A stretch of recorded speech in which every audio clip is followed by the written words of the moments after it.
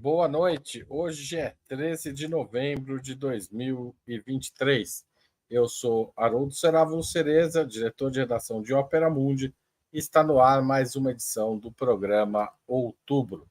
Em 14 de maio de 1948, Davi Ben-Gurion, o chefe executivo da Organização Sionista Mundial e presidente da Agência Judaica para a Palestina, declarou o estabelecimento do Estado de Israel. Acabava, assim, o mandato britânico da Palestina.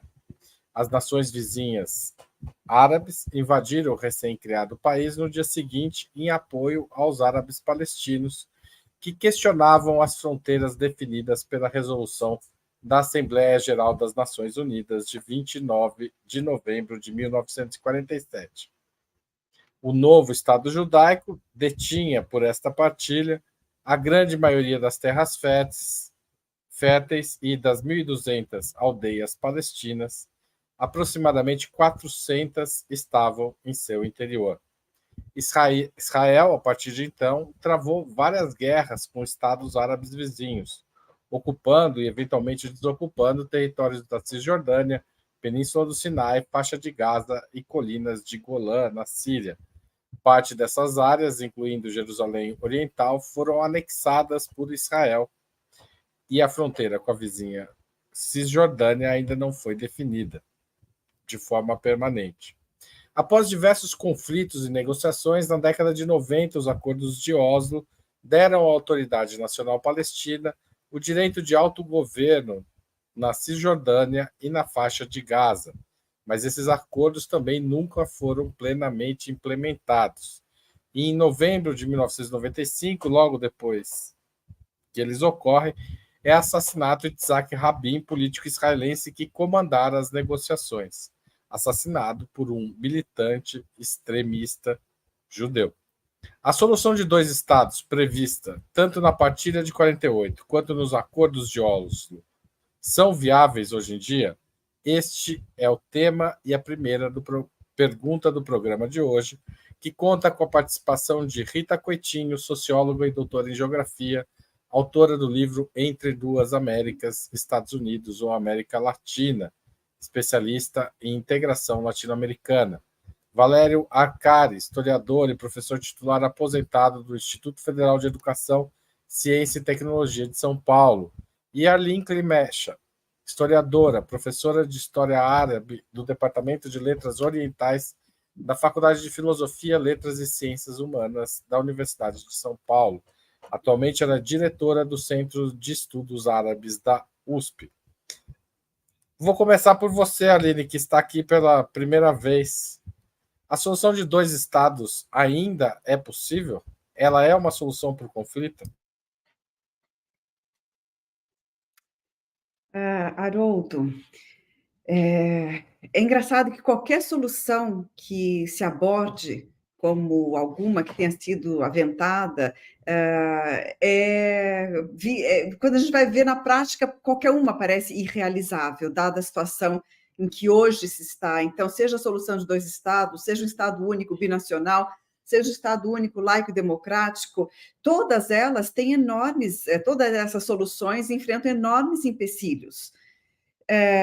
Mas se a gente for analisar, e tem que analisar um por um, o Estado, e pegando só o caso do Estado binacional, os empecilhos para sua realização hoje são muito grandes, 30 anos após Oslo, após os acordos de Oslo, que supostamente deveriam conduzir a uma solução de dois Estados, deveriam conduzir à criação de um Estado palestino, nas fronteiras de 67 e com Jerusalém Oriental como capital. Bom, aí eu já dei a chave para entender dois fatores assim que estão longe de serem possíveis. Primeiro, Israel afirma que jamais vai devolver Jerusalém Oriental, chama a cidade de una e indivisível, e não é só um governo de direita, extrema-direita, que diz isso. Qualquer governo trabalhista diz a mesma coisa. E, segundo, essas fronteiras de 67 não são mais do que uma fictícia linha pontilhada na mesa de escritório de algum oficial da ONU, porque na prática não existe. Para qualquer pessoa na região, seja palestina ou israelense, as fronteiras, e isso que é engraçado da situação, as fronteiras são diferentes dependendo de quem você é, porque há um sistema de segregação étnico-racial imposto. Mas a gente pode voltar a tudo isso, eu não sei se eu estou extrapolando meu tempo. Não, você ainda tem 1 minuto no nosso reloginho. Bom, olha, eu estou aprendendo, eu não estava nem achando o relógio na tela, agora eu encontrei. Então, o que acontece é que onde supostamente seria criado o Estado palestino seria em 22% da Palestina histórica. Só que à medida que o tempo foi avançando, ficou muito claro que nem isso o lado israelense permitiria, porque todo tipo de solução implicaria trocas territoriais, não desmantelamento das principais colônias israelenses em território palestino. Colônias essas que representam hoje 750 mil pessoas, 750 mil colonos vivendo na Cisjordânia. Então, há uma situação em que dividir as populações, criar uma fronteira é extremamente difícil. E eu digo mais, o processo de paz foi todo ele elaborado para chegar numa situação de impossível criação de um Estado palestino. Esse foi o objetivo do processo de paz, tal qual formulado pelos mais fortes nas negociações de Oslo. Obrigado, Aline. Valéria Arcari. Bom, boa noite a todos, boa noite, Haroldo, a Rita Coutinho. Bem-vinda, Arline, pela primeira vez no programa Outubro. Oxalá haja retorno. E a Aurora, que nos bastidores nos dá a sustentação.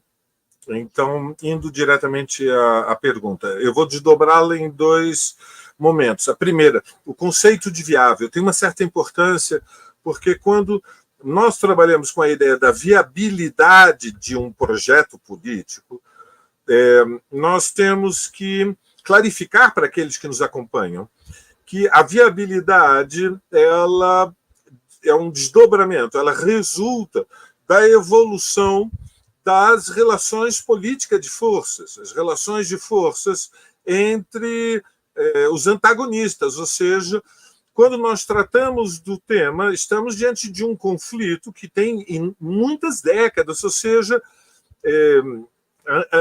é impossível compreender o último dia 7 de outubro se não tivermos um pouco de perspectiva histórica e compreendermos que há 75 anos atrás ocorreu uma tragédia imensa, que foi a Nakba, ou seja, a grande catástrofe, o início de um processo de deslocamento massivo da população palestina, que foi expropriada das suas casas, das suas terras, das suas propriedades, e foi empurrada para fora do que eram os assentamentos históricos do seu povo. E, portanto, essa grande catástrofe, que tem 75 anos, está na raiz de um conflito cujo desenlace é, neste momento, de imensa incerteza. Segundo momento, quando nós tratamos da relação de forças, nós temos que fazê-la em pelo menos 3 níveis diferentes de abstração, digamos assim. Primeiro, a relação de forças à escala do sistema internacional de Estados. E, portanto, a posição relativa de Israel em relação aos Estados árabes, aqueles que estão na região, a relação do Estado de Israel com os Estados Unidos, que são fundamentalmente o fiador histórico da existência e preservação do Estado de Israel. Em terceiro lugar, a relação política de forças dentro do Estado de Israel, entre as diferentes correntes sionistas. E, por último, a relação política de forças dentro do movimento palestino, na Cisjordânia, em Gaza, e entre suas diferentes tendências. Porque, como talvez saibam aqueles que nos acompanham, a luta palestina ela não tem uma direção unificada. Então, o que nós podemos dizer, para concluir, é que, no momento atual, a relação militar de forças, que é uma dimensão das 3 anteriores, é muito desfavorável à causa palestina.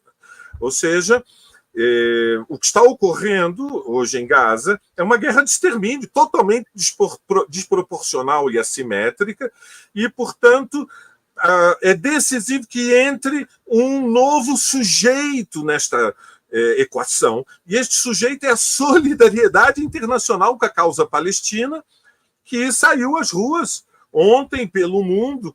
Tudo sugere que a manifestação de Londres foi a mais poderosa, já numa escala de muitas centenas de milhares, mas muito impressionantes em todo o mundo muçulmano e mesmo na Europa Ocidental, como em Bruxelas.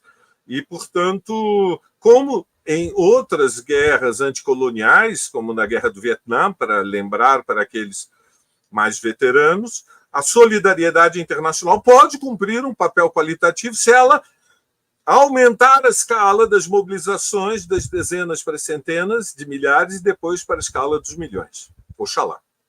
Haroldo. Obrigado, Valério. Rita Coutinho.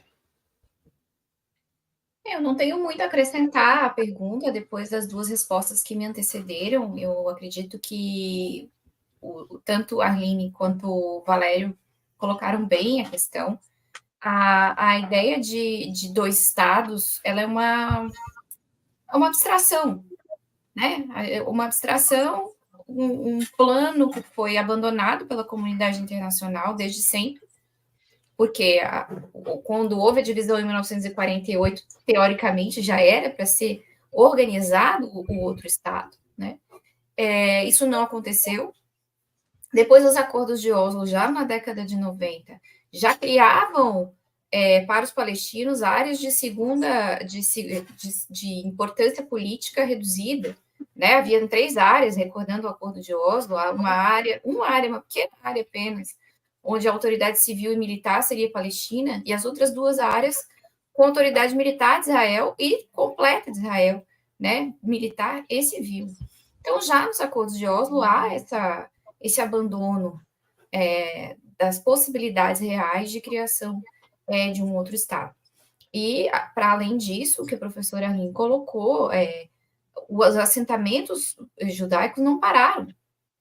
Israel continuou fazendo assentamentos para cima das áreas na própria Cisjordânia até hoje. A gente tem visto, enquanto Israel massacra Gaza, colonos continuam invadindo territórios na Cisjordânia. Então, como removeriam essas pessoas? Essa é a primeira pergunta. E a segunda pergunta é, como fariam para tanto remover essas pessoas, quanto para não haver uma nova guerra de extermínio enquanto se cria um novo Estado? Então, eu acho que a primeira pergunta que a gente precisa se fazer é como parar Israel, em primeiro lugar, né? E as mobilizações ao longo do mundo são importantes, mas elas precisam avançar de patamar. Israel precisa ter algum tipo de perda, como a África do Sul tinha no regime do apartheid, né? Os boicotes, desinvestimentos e sanções, né, precisariam ser adotados pela comunidade internacional de uma maneira arrasadora, para que Israel tivesse também algo a trocar.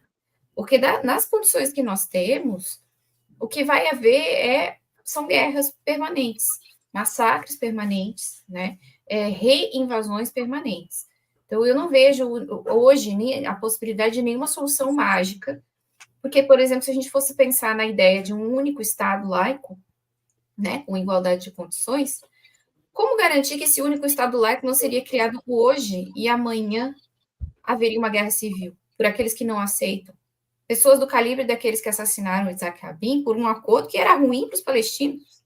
Isaac Rabin foi considerado avançado demais, né, por alguns setores. Então, realmente, é um imbróglio que a comunidade internacional criou, né, que a Europa e os Estados Unidos criaram, eu acho que é melhor que seja dito assim, e não vai haver possibilidade de recuo enquanto os israelenses não tiverem algo a perder.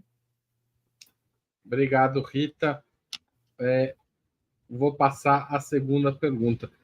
Vocês acham que os palestinos erraram em 1948 ao não aceitar as fronteiras propostas pela ONU? Eu faço essa pergunta porque ela é um argumento recorrente, talvez quase tão recorrente quanto aquele que iguala toda a crítica a Israel a antissemitismo. E ele, assim como essa outra vertente, é um argumento que vem sempre à tona cada vez que eclode um episódio mais violento. Eu começo agora pelo aniversariante da noite, o Valério Arcari, né? Foi lembrado aqui por um dos nossos espectadores, já eu acho aqui, põe na tela. Mas, Valério, parabéns pelo aniversário e você começa essa questão. Obrigado, muito gentil. É verdade. Bom, os palestinos erraram ao não aceitar. Veja, é um contrafactual. Então, os contrafactuais são exercícios lógicos interessantes. Historicamente, podem ser úteis dentro de certos limites se nós construirmos um modelo que tem que ter muitas variáveis. Quer dizer, veja, sempre quando nós fazemos uma análise, nós não podemos considerar somente um fator. Então, qual é a grande diferença entre hoje e 1948? É que hoje a capacidade militar do Estado de Israel é qualitativamente superior àquela que eles tinham em 1948. Então, a premissa parte desta ideia de que seria previsível em 1948 prever que as condições no futuro seriam muito mais difíceis na medida em que o Estado de Israel se consolidasse e tivesse uma armadura militar invulnerável e, portanto, veja, o modelo tem que ser muito mais complexo. Em 1948, a guerra contra Israel foi uma guerra que se construiu em torno de uma frente única árabe, muito mais ampla do que hoje seria possível para poder defender Gaza, por exemplo. Então, eu não creio que o exercício ele seja conclusivo. Como toda hipótese histórico-teórica, ela pode ser estimulante, mas não creio que seja conclusivo. A verdade é que a tragédia histórica foi provocada por um projeto político que é inspirado no movimento sionista e que parte de uma premissa que é insustentável do ponto de vista histórico. Qual é esta premissa? E, portanto, por que não há solução nem no médio prazo para o conflito com Israel? A premissa é que os palestinos não existem como um povo que tem o direito a uma nação, não são uma nação. O Estado de Israel e os que insistem em defender incondicionalmente as atuais fronteiras do Estado de Israel e a relação política que o Estado de Israel estabelece com o povo palestino, a premissa é que o sionismo considera que os palestinos são árabes. Sendo árabes, deviam ir todos ou para o Líbano, ou para a Jordânia, ou para o Egito, ou para a Arábia Saudita, ou para os Emirados, ou para onde eles quiserem. Venham para o Brasil, vão para onde. Não importa. A questão é que não há o reconhecimento histórico do direito ao Estado palestino. Ele foi, ao ser criado, era inviável, e a premissa foi a grande catástrofe, foi o início da limpeza étnica. E, do ponto de vista histórico, não é sustentável. Não é sustentável. Qualquer vitória militar de Israel em Gaza vai ser uma vitória de pirro. Diante da história, o custo é incomensurável para o próprio povo judeu, que terá as mãos manchadas de sangue diante da história, diante de um crime imperdoável, que tem nome. É assassinato em massa conduzido por um Estado. Isso chama-se genocídio, uma forma de terrorismo de Estado. E diante da história não haverá impunidade. É uma questão de tempo. Obrigado, Valério. Rita. Esse argumento é um argumento um argumento canalha, né, de que os palestinos deveriam ter aceitado. Então, o colonizado deve aceitar a invasão, deve aceitar ser colonizado. Esse é o resumo do argumento. Todo povo que é retirado de sua terra vai resistir e não irá aceitar um acordo. Então, é daí que a gente precisa partir. Israel, da maneira como foi organizado a divisão das terras, né, a ideia de criar um Estado onde não havia, onde já havia um povo. Lembrar que a Palestina tinha ali um mandato britânico, mas a Palestina, antes disso, fazia parte do Império Turco-Otomano. A Palestina era habitada pelos árabes, já há um tempo milenar, né? Então, o que houve ali foi um projeto colonial, o estabelecimento de um Estado usurpador de terras. Então, não há como supor que os palestinos deveriam ter aceitado, né? Tanto é que no dia seguinte à assinatura do acordo houve a primeira guerra árabe-israelense, né? E os árabes se organizaram numa tentativa de derrotar Israel, né? E foram derrotados com o apoio do Ocidente e da União Soviética, né? E da Iugoslávia na época, né? É um erro histórico, na minha opinião, né? Embora eu seja uma pessoa que acha que a gente precisa lembrar dos bons acertos e das coisas boas que a gente aprendeu, né, com a experiência soviética e com a experiência jugoslava, esse foi um erro cometido, né, pelos dois países dentro do cenário internacional. Então, assim, não há como passar pelo esse argumento de que eles deveriam ter aceitado. Não há povo que aceite a colonização de uma maneira pacífica. Todo povo resistirá. Então, a resistência palestina é uma resistência anticolonial. Eles têm direito à resistência. É isso que precisa ser dito, repetido e explicado para as pessoas que vêm tentar entender esse conflito, porque não se trata de uma guerra simples entre dois estados. Se trata de uma imposição, né, do mundo europeu e estadunidense sobre um povo que foi tirado de suas casas. Há relatos de pessoas que foram, mesmo de judeus que foram para Israel, né, no sentido de viver lá, e que foram levados para habitar casas que tinham até os pratos na mesa, porque a família árabe tinha sido expulsa. Pessoas que não aceitam esse genocídio e que são judeus, né?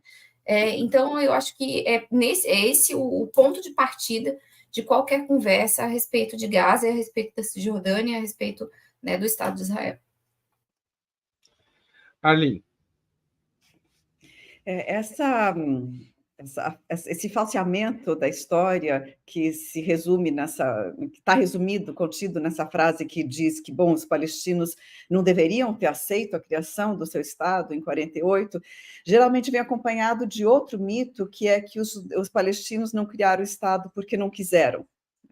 Ou seja, vai muito no mesmo sentido. Bom, a história mostra que não é esse o caso, né? A Rita coloca muito bem, né, o fato de que trata-se de um processo colonial. Qual povo colonizado vai aceitar esse processo? E lembrando que isso, então, começou bem antes, né? Isso não começa em 47. Isso começou, e a primeira proposta de partilha do território da Palestina, elaborado pela Grã-Bretanha, que era a mandatária, né, a mandatária colonial, né, que exercia o mandato da Palestina, mandato da Liga das Nações, o primeiro projeto foi em 37. Já havia um conflito, tinha havido uma grande revolta árabe iniciada em 36, porque havia uma revolta instaurada contra o fato de que o movimento sionista, em aliança com a Grã-Bretanha, estava promovendo a imigração expressiva de judeus da Europa Oriental para a Palestina, com o plano de criar um país. Então, era claro que havia esse projeto e os árabes palestinos não aceitavam esse projeto. A Palestina, para eles, era para ser parte de um reino árabe independente, que, aliás, foi declarado em 1920 com capital em Damasco, né? E foi boicotado, foi eliminado pela França, com a conivência da Inglaterra. Bom, veja, e aí esse primeiro plano de partilha, né, que a Inglaterra elaborou como uma forma de solucionar o conflito, né, continha a proposta de transferência populacional. E esse primeiro plano de partilha atribui uma porção pequenininha do território para um futuro Estado judeu, uma porção bem maior para um Estado palestino, porque a diferença populacional era enorme mesmo. No comecinho do século XX, havia cerca de 500 a 600 mil habitantes na Palestina histórica. dos quais talvez 10% fossem judeus. Os judeus passaram, do começo do século XX, de 60 mil a 600 mil em 47. Então, aumentou 10 vezes mediante essa imigração. E os palestinos, que eram 600 mil no começo do século XX, aumentaram 3 vezes, passaram para 1 milhão, quase 3, tá? Quase 3 vezes. 1 milhão e 400, né? 2 vezes e meia, por aí. Bom, então, o aumento populacional judaico foi muito grande com um projeto colonizador. Isso criou a revolta palestina desde muito cedo. O que a potência mandatária fez diante disso? Planos de partilha, planos e planos, anunciando esses planos, criando mais revolta, sempre que anunciava, e reprimiu a revolta, a resistência palestina. De 36 a 39, 3.600, mais ou menos, palestinos foram mortos nessa repressão. 10 mil foram presos, 5 mil e poucos feridos, um número enorme. Isso significa que, em 47, quando a ONU votou a partilha, e imediatamente após a votação, as milícias judaicas de Haganah, Stern e Irgun começaram a atacar os vilarejos, porque havia um plano de uma conquista territorial que ia além do plano de partilha da ONU. É importante entender isso. Então, quando começam essas milícias a atacar os vilarejos, o que leva a uma guerra civil, que só depois de 5 meses vai virar uma guerra árabe-israelense com a proclamação de Israel e a invasão dos países árabes. Lembrando que todos os países árabes que puderam votar na Assembleia Geral da ONU, que votou essa partilha, votaram contra. Sempre foi muito claro, os árabes nunca esconderam, nós não queremos esse projeto, essa terra é a nossa terra histórica e não temos por que concordar com isso. Aí é que está o louco desse tipo de argumento. Por que é que o colonizado, por que é que os árabes teriam que concordar com a partilha da Palestina? Sempre resistiram a ela, era uma imigração de fora para dentro. Então, quando se chega a 47, essa guerra civil, que vai depois virar uma guerra árabe-israelense propriamente dita, em 48, 15 de maio de 48 em diante, a liderança nacionalista palestina, a resistência, que era uma resistência do campo. Na cidade estava uma elite nacionalista, bastante burguesa, agia muito pela diplomática, tentando fazer um trabalho de influências. A resistência era do campo, era o jihad islâmico do campo, al-jihad al-muqaddas. Então, quando essa resistência entrou, foi atacada em 47 por essas milícias judaicas, as suas lideranças, as principais, ela já estava derrotada. Essa resistência palestina foi derrotada em 39. Então, ela não tinha condições de, na verdade, resistir ao que aconteceu de 47 a 49, começando em 47 como uma guerra civil. As lideranças, muitas delas estavam mortas já, outras morreram em 47, 48, lideranças dessa batalha. Não havia estruturas, não havia instituições, não havia condições de criar um Estado. Portanto, a pergunta ou a acusação de que não criaram Estado porque não quiseram, deveriam ter aceito naquele momento 50%, 48% do território, olha como hoje está pior, essa pergunta é completamente, falseia a história completamente. Primeiro, partindo da premissa de que é legítimo partilhar a Palestina, de que é legítimo defender a transferência populacional. Tudo isso é ilegítimo, mas quem tem o poder, conta a história, cria as perguntas e as versões, é isso. Obrigado. Vou passar agora à terceira questão. A solução de um Estado único que insira igualmente israelenses e palestinos, como aconteceu na África do Sul pós-apartheid, é razoável? É possível chegar lá? Eu aproveito e incluo a formulação do Arthur Vinícius, que eu estava assistindo, que pergunta: qual a melhor solução ali? O Estado plurinacional ou um Estado com federação setorizada como é a Suíça? Vou começar pela Rita agora. Rita. Se eu pudesse dar uma opinião ideal, né, já que o mal está feito, seria muito interessante um Estado plurinacional onde todos pudessem participar, né? Se os judeus tivessem migrado para a região pacificamente, como qualquer migrante, né, poderia ser isso que existiria hoje, talvez, mas a gente está aqui falando de um plano ideal e que não é concreto, não é palpável. Como é que a gente vai pensar num Estado plurinacional ou num Estado federado, no caso, né, como o Vinícius, né, propõe em relação à Suíça? Para isso seria preciso que o colonizador, mais forte militarmente, né, de uma forma incomparável do ponto de vista militar, tivesse algum receio, precisasse recuar de fato, tivesse medo de perder alguma coisa, e alguma coisa muito importante. Do contrário, o que a gente teria, né, se essa fosse a solução acordada, a gente teria o descumprimento da resolução, porque é isso que Israel faz desde 1948, eles descumprem todas as resoluções da ONU. Quantas resoluções da ONU existem relativas ao conflito? Eu nem sei mais o número, eu até pesquisei esse número outro dia e já até esqueci. São inúmeras resoluções, para além dos acordos de Oslo, né, que são mais festejados. Israel nunca cumpriu nenhuma resolução. Todas as resoluções são letra morta. Especialmente as resoluções da Assembleia Geral, que não são vinculantes, mas mesmo se o Conselho de Segurança, o que eu acho impossível, tirasse uma resolução agora, definindo a formação de um Estado plurinacional e que Israel deveria permitir aos árabes o voto proporcional, por exemplo, Israel descumpriria, né? E teríamos aí o fermento fértil, né, de uma guerra civil prolongada dentro do Estado de Israel. É isso que aconteceria. Então, eu acho que o primeiro passo é que Israel seja derrotado. Ah, não tem como, né? Eles são militarmente mais fortes, é verdade. Mas aí é necessário que o resto do mundo, de alguma maneira, derrote Israel. Eu defendo o boicote, o desinvestimento e as sanções econômicas contra Israel. Eu sei que isso não passaria hoje no Conselho de Segurança da ONU, uma vez que nós temos os Estados Unidos com assento permanente e poder de veto.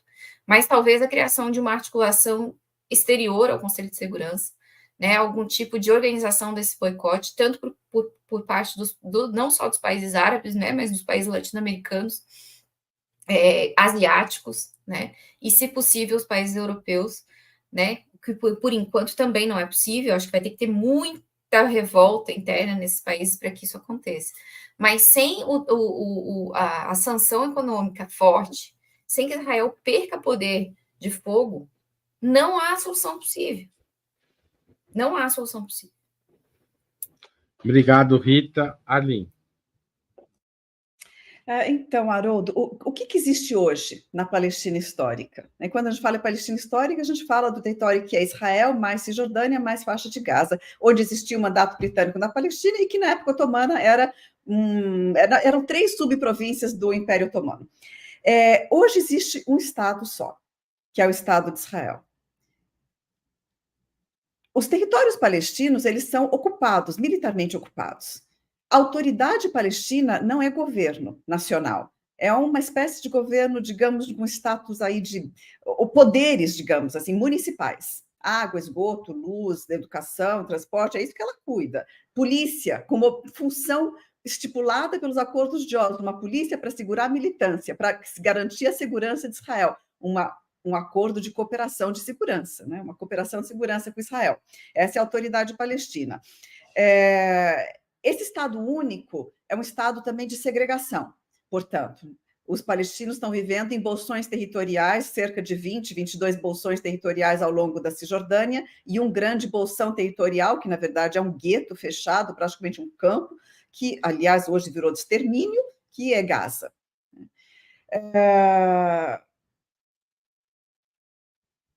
A autoridade palestina tem, supostamente, né, então, poder maior sobre as chamadas áreas A, que são a densidade populacional maior, onde tem as maiores cidades, Ramallah, Hebron, Jericó, Nablus, Jenin, Tulkarm, são as maiores cidades. Tem controle militar compartilhado sobre as áreas B, que são os vilarejos, tal, arredores, e controle militar israelense absoluto sobre a área C, que é a maior parte do território, né? Então, há uma situação de segregação, são bantustões palestinos dentro do Estado de Israel. A autoridade palestina funciona como uma espécie de polícia do gueto. Ela não tem autonomia qualquer autonomia. Não tem fronteiras, não tem alfândega, não tem nada. Não tem espaço aéreo, nada. Né? Então, é um Estado único, só que é um Estado único de apartheid. Se você quiser trazer justiça para o palestino, digamos que o mais assim, o menos utópico hoje seria bastante difícil, mas seria a transformação desse Estado único em um Estado descolonizado, um Estado dessionizado, digamos assim, esse termo é usado por muitos, através do quê? Da simples extensão de direitos humanos para todos? Acredito que não, acredito que tem que ser mais profundo do que isso. Os pilares e os fundamentos do sistema colonial e das instituições que dão base a esse sistema de segregação têm que ser desmantelados, questionados, desmantelados. E isso, aí eu concordo com a Rita, só vai acontecer mediante muita pressão internacional e um forte movimento palestino a partir de dentro. O poderio militar israelense é muito grande, mas a resistência palestina é uma resistência que atua de tantas formas, guerrilhas e tudo mais, e sem falar na resistência não violenta, que sempre foi uma característica da resistência palestina, as pessoas ignoram, né? Sempre igualam o palestino árabe a violento, a isso e aquilo, não. Mas é claro que é muito difícil, mas só para finalizar, um Estado único descolonizado, que talvez até assumisse outro nome, né? Um nome que trouxesse, que demonstrasse que seria um Estado de todos, se fossem judeus, fossem muçulmanos ou cristãos, um Estado que pudesse realmente servir a todos, poderia ser um Estado binacional, poderia ser um Estado laico e democrático. Eu tenho minha preferência, mas aí é toda uma discussão. Bom, esse Estado, na verdade, é o único capaz de criar um pouco também de justiça para os refugiados palestinos, que não poderiam voltar para lá caso a solução de 2 estados fosse realizada. Trazer justiça para os 20% de palestinos que são cidadãos de segunda categoria dentro de Israel. Achar uma solução para contornar o problema de Jerusalém, que tem que ser a capital, portanto, poderia a partir daí ser a capital de todos, e tantos problemas. Então, essa é uma forma de vislumbrar uma solução possível, sim, a descolonização desse Estado. Obrigado, Aline. Passo a palavra para o Valério. Bom, no mundo ideal, e a categoria mundo ideal é muito difícil de pensar diante do contexto que nos cerca, um Estado binacional, laico, e já que estamos no terreno das preferências, por que não socialista, seria uma solução civilizada. Permitiria a convivência de judeus, de palestinos, de cristãos, e seria uma vitória extraordinária da vida civilizada. Mas, bom, no mundo ideal, o Palmeiras teria vencido a última Libertadores, e, no entanto, isso não aconteceu. Portanto, sejamos mais objetivos, ou seja, consideremos quais são os fatores chaves. Eu creio que, diante do contexto em que as 2 variáveis mais importantes são o apoio incondicional há décadas dos Estados Unidos a Israel, e segundo, o fato de que o Estado de Israel é dirigido pelo movimento sionista nas suas diferentes tendências, atualmente um governo de extrema-direita, inclusive com uma corrente neofascista no seu interior, quais seriam as 4 variáveis fundamentais para abrir um caminho? Primeira, é preciso uma mudança na relação de forças no sistema internacional, com enfraquecimento qualitativo do peso dos Estados Unidos. Sem uma transformação no sistema internacional em que o lugar dos Estados Unidos seja diminuído, muito difícil. Segunda variável fundamental, é necessário que no interior dos Estados Unidos e da União Europeia, a relação social de forças do conflito entre capital e trabalho mude. Ou seja, nós estamos hoje num contexto em que a força ascendente no chamado mundo da Troika são as correntes neofascistas. Trump pode vencer as eleições do próximo ano nos Estados Unidos. Ninguém sabe o que vai sair das eleições argentinas no próximo domingo. E, portanto, é necessário uma recomposição da esquerda, das forças dos movimentos sociais anticapitalistas que favoreçam uma aliança estratégica com a causa palestina. Terceiro, é necessário uma revolução democrática dentro do Estado de Israel, porque o governo de Bibi Netanyahu conduz uma guerra de extermínio que será julgada pela história como um genocídio. E, portanto, a vitória de Pirro ela vai agudizar os conflitos sociais dentro do Estado de Israel. E, por último, é necessário o triunfo de uma revolução democrática anti-imperialista em um dos países árabes-chaves, porque, a rigor, os palestinos, sejamos honestos, apesar de uma declaração retórica mais áspera, aqui ou ali, depois deste convescote que ocorreu na Arábia Saudita, no fundamental, os palestinos estão abandonados à sua própria sorte, ou seja, estão completamente isolados na resistência diante da invasão de Gaza. Sem estas 4 variáveis, se elas não mudarem qualitativamente, enfraquecimento dos Estados Unidos, mudança na relação política e social de forças nos países centrais, avanço de uma mobilização democrática anti-imperialista dentro do Estado de Israel e avanço de uma mobilização democrática anti-imperialista nos países árabes, os palestinos permanecerão muito isolados. Mas no mundo ideal, um Estado único, binacional, plurinacional, laico, socialista, seria uma solução civilizada extraordinária e poderia cumprir um papel imenso para a preservação da paz mundial. Haroldo. Obrigado, Valério. A gente está com o tempo hoje um pouquinho fora do controle, mas então eu vou fazer um agradecimento rápido aqui ao Paulo Leme e a Clarissa Ali, que se tornaram membros pagantes hoje no nosso canal do YouTube. Também queria agradecer aqui o Vitor Mendes, que mandou um super sticker. Não vai dar tempo de fazer a sua pergunta, Vitor Mendes, mas eu acho que, de certa forma, ela foi contemplada nas respostas anteriores, né? A gente não falou de solidariedade bélica e militar por parte dos países árabes, porque isso também não está no cenário atual.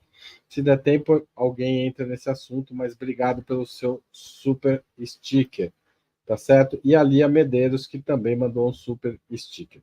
Como vocês sabem, o jornalismo de Opera Mundi é financiado, sobretudo, pelos assinantes solidários em www.operamundi.com.br/apoio, pelos membros pagantes, pelo quem manda superchat, super sticker, mas também por quem manda valeu demais para os programas gravados e para quem manda Pix. Nossa chave é apoia@operamundi.com.br, está aí no alto da tela. Mande sempre que você puder. A gente precisa desse jornalismo para fazer a cobertura anti-hegemônica que a gente constrói aqui. Tá certo? Muito obrigado a todo mundo que já apoia. Passo a 4ª pergunta. Petróleo e gás podem estar relacionados à escalada da guerra nas últimas semanas? Há quem sugira que Israel pretenda anexar Gaza para poder explorar o gás disponível na costa do território e vender este gás à Europa, que perdeu recentemente, por conta da guerra com a Ucrânia, o acesso ao gás russo. Qual a relevância desta questão econômica na guerra? Aline. Eu penso que sim, que há uma grande relevância.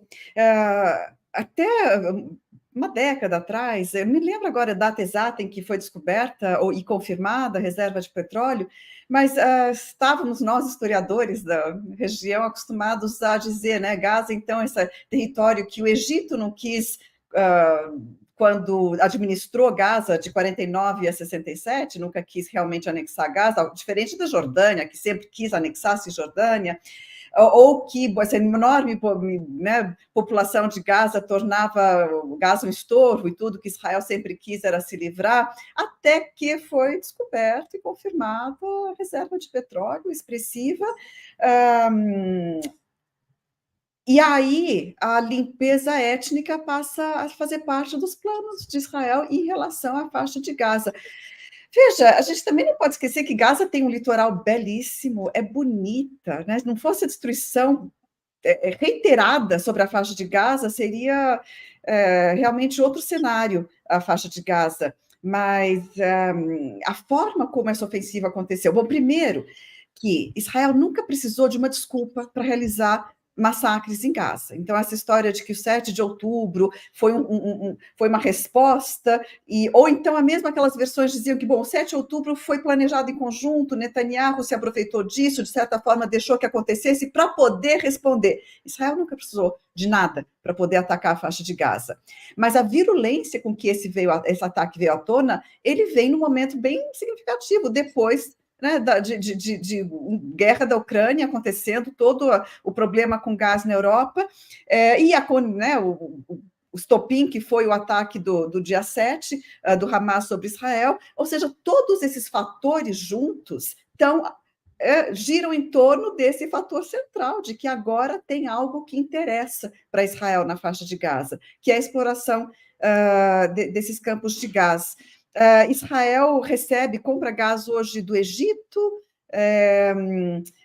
de alguns países vizinhos, e, portanto, isso sinalizaria rumo a uma maior autonomia. E também tem problemas com o Líbano, também disputas com o Líbano, porque tem campos de gás ali que são disputados, né? E há uma certa, digamos, indefinição do lado do ponto de vista israelense. Então, tudo indica que essa ofensiva, a virulência com que ela vem e a limpeza étnica sendo executada, porque até esse momento os bombardeios nunca foram conjuntos com uma limpeza étnica como é agora. Agora há uma limpeza étnica, metade de todas as casas, unidades residenciais foi destruída. Toda a faixa norte da faixa de Gaza foi esvaziada, foi completamente arrasada, né? Virou pó. Então, há uma intenção de apropriar-se de boa parte da faixa de Gaza, espremendo a população para o sul e, de preferência, se conseguirem para fora da faixa de Gaza, para o deserto do Sinai do Egito. Obrigado, Aline. Passo a palavra para o Valério. Muito bem. Bom, as matérias-primas, a cobiça capitalista, ela é insaciável. E, portanto, eu não descartaria que estrategistas em Israel já estão pensando como Israel vai se aproveitar do litoral de Gaza, como dizia Arline, para expandir o turismo, para iniciar a exploração de combustíveis fósseis na faixa marítima. Eu não descartaria nenhuma destas hipóteses, mas o centro do processo é de outra natureza. O centro do processo. Isso é importante pelo seguinte, porque há uma parte da esquerda que tem uma paixão economicista e acredita que o que move o mundo é exclusivamente o dinheiro, a riqueza. O que move o mundo é a cobiça, a ganância, a avareza, porém o poder é muito importante. Ou seja, o Estado de Israel é um projeto político histórico que se apoia numa premissa ideológica que tem uma vertente religiosa fundamentalista, que é a ideia de que há um povo escolhido e que, portanto, aquele território, historicamente, ele é incondicionalmente judeu em função de uma aliança histórica que estaria fundamentada na Torá. E o sentido da disputa é a limpeza étnica, ou seja, o deslocamento da população palestina. É a construção do grande Israel. Este é o sentido de toda esta operação militar, e é isso que explica por que o Estado de Israel é desproporcionalmente um dos estados mais militarizados do mundo, tem um dos serviços militares mais longos do mundo, tem armas atômicas, ou seja, nós estamos falando do Estado de Israel, é um bunker militar, é uma nação que tem entre 5 e 10 milhões de habitantes, não sei os números exatos, a Arline depois poderá ajudar, devem ser talvez 6, 7 milhões, mas é uma das 10 maiores potências militares do mundo. Então, o sentido é impor a supremacia do projeto histórico do grande Israel, utilizando o 7 de outubro como uma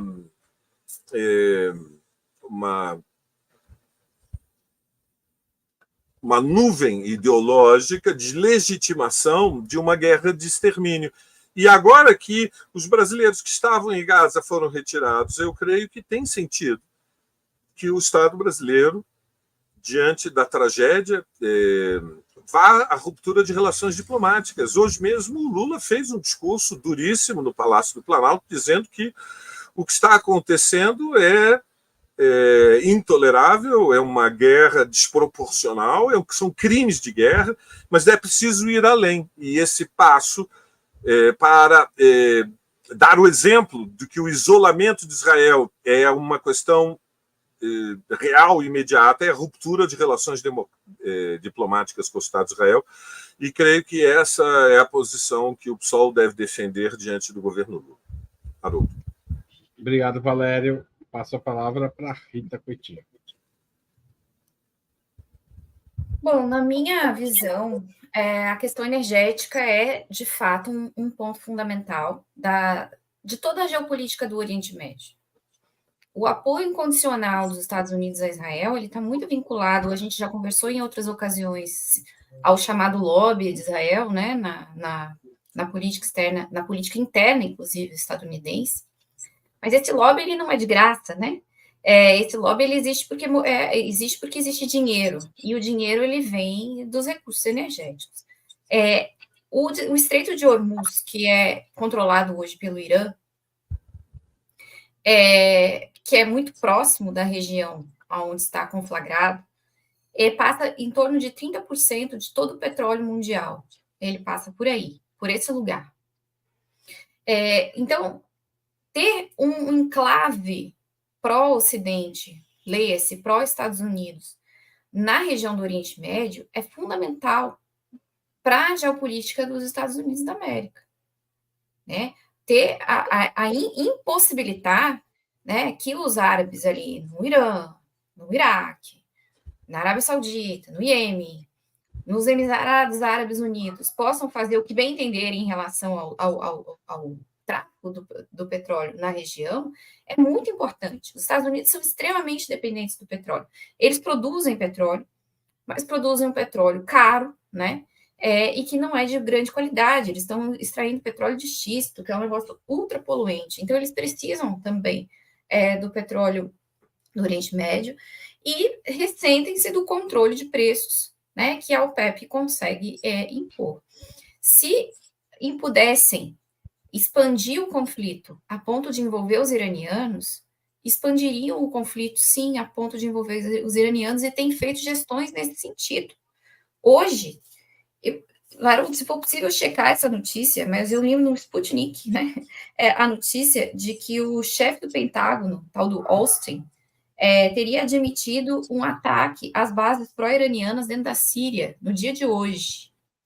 Né? As provocações ao Hezbollah no Líbano, que é uma organização que tem vínculos políticos, né, e até religiosos com os xiitas iranianos, também são provocações que visam o envolvimento do Irã no conflito. Então, sim, a questão energética, ela é fundamental. Ela é um dos pontos geoestratégicos centrais da política externa estadunidense. Obviamente que não é só isso, há outras questões envolvidas, mas o controle energético é, sim, fundamental. Enquanto o mundo for dependente do petróleo e dos seus derivados, nós teremos esse problema, especialmente nessa região, e não apenas nessa região, né, onde há gás abundante, como ali na fronteira da Rússia, né, na própria América Latina, os países que são grandes produtores de petróleo, como a Venezuela, o próprio pré-sal brasileiro, a região da Guiana, né, que agora está sendo selvagemente explorada para retirada de petróleo também, são regiões de interesse da política externa estadunidense, e isso faz com que apoiem de maneira incondicional o Estado de Israel, é o enclave. É o Ocidente dentro do Oriente Médio. Teve um político americano que disse isso recentemente.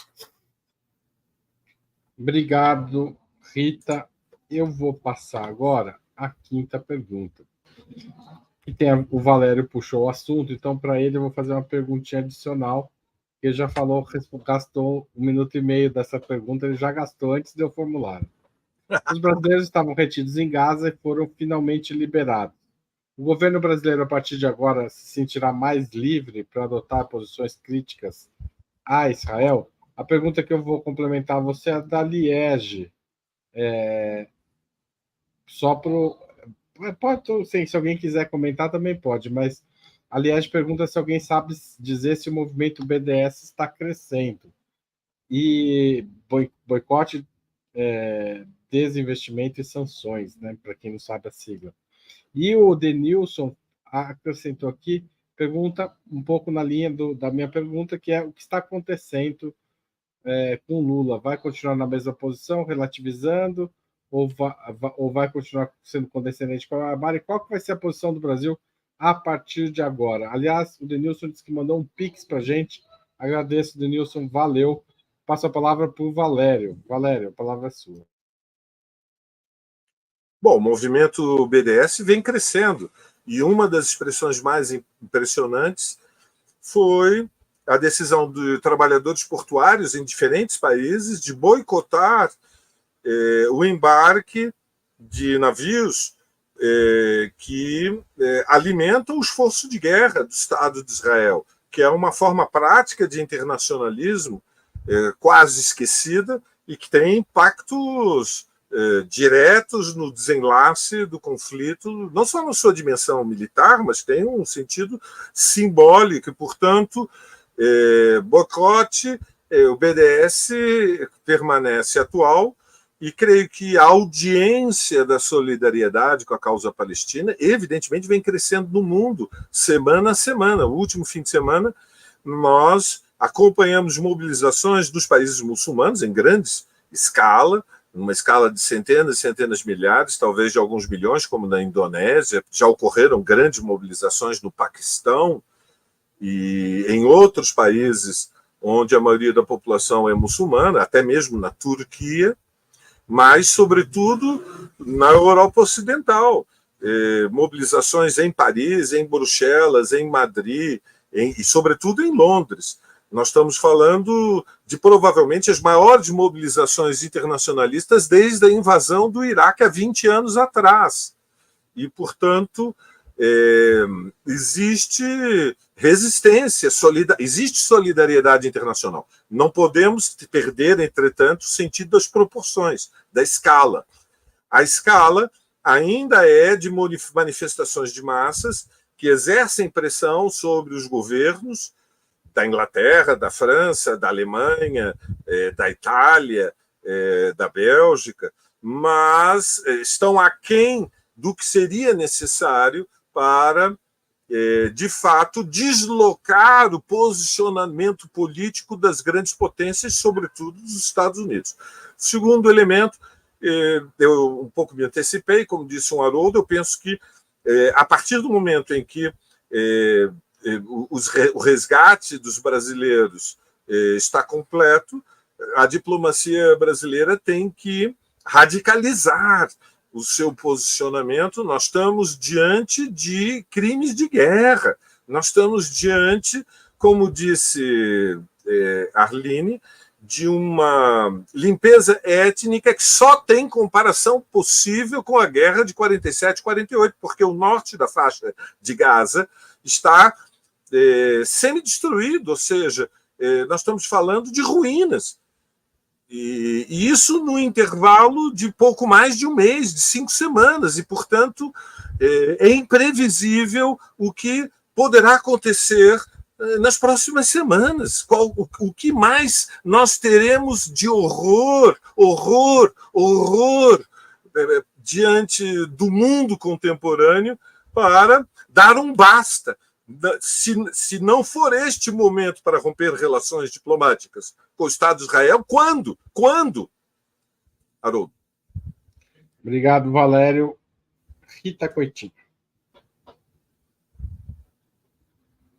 Olha, eu acho que o governo brasileiro tende a manter a mesma posição, a não ser que os movimentos de apoio ao povo palestino cresçam imensamente dentro do Brasil.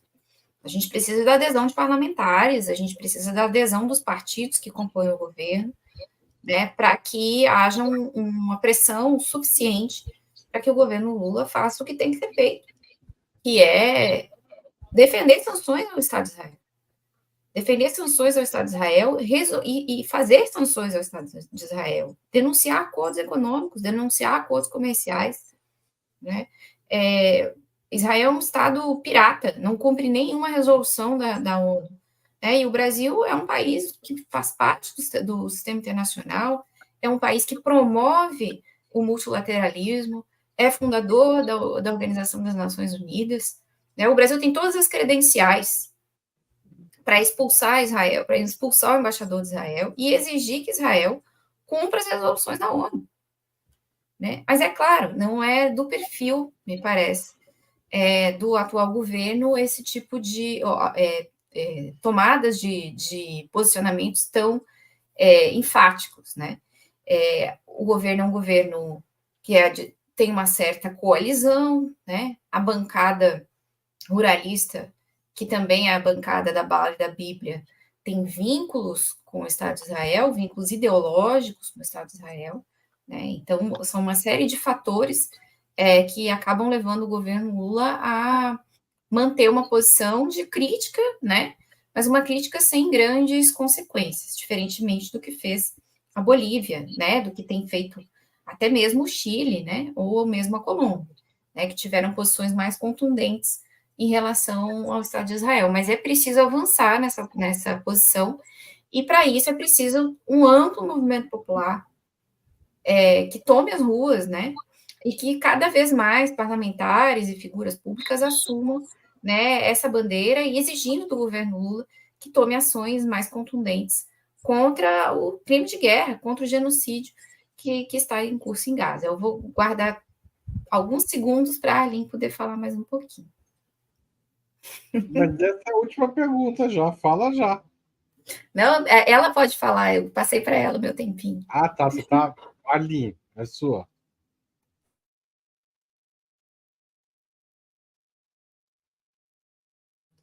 Tá sem áudio? Não Seu microfone. Estava dizendo que gentileza nunca é demais, né, Rita? Muito obrigada.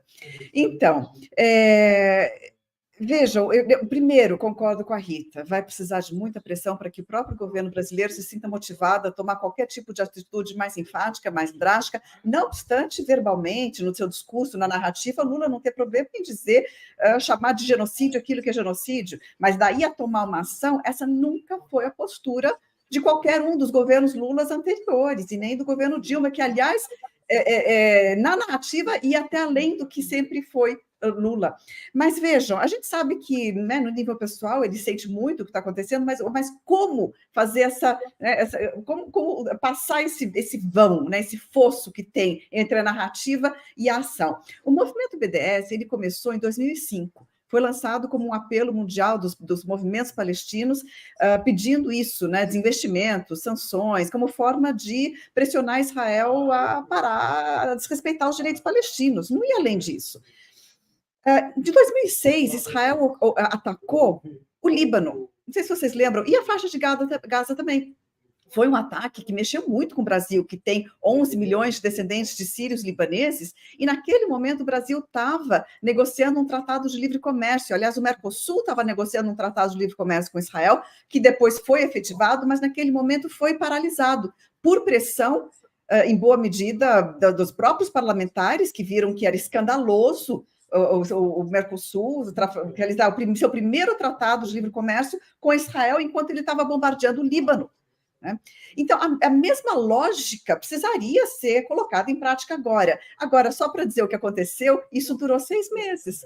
Passado o bombardeio, as negociações foram retomadas e a única coisa que o movimento BDS conseguiu foi tirar os produtos de assentamentos do acordo. Só que isso foi absolutamente inefetivo, porque Israel coloca selo de feito em Israel, mesmo que está sendo feito em território ocupado, tornando ineficaz e apenas simbólica essa atitude. De lá para cá, o Brasil instaurou plantas, fábricas, Elbit Systems, vários acordos militares de segurança o Brasil tem com Israel, e isso é sim escandaloso, porque acordo militar significa ainda uma cooperação com a raiz do problema, né? Mas, como também apontou a Rita, a gente está com uma oposição ao governo Lula que é expressiva, que é forte no Congresso Nacional e na população, e que está usando esse conflito para dizer que qualquer ação que o governo Lula tome, vão chamar o governo Lula de apoiador do Hamas, apoiador do Hezbollah e de terrorista. É isso que essa oposição está querendo fazer, está louca para poder fazer. E isso tem tornado não só os brasileiros reféns lá na faixa de Gaza de Israel, tem tornado o governo Lula refém da opinião pública, da oposição bolsonarista, dessa aliança ideológica que existe entre esses setores.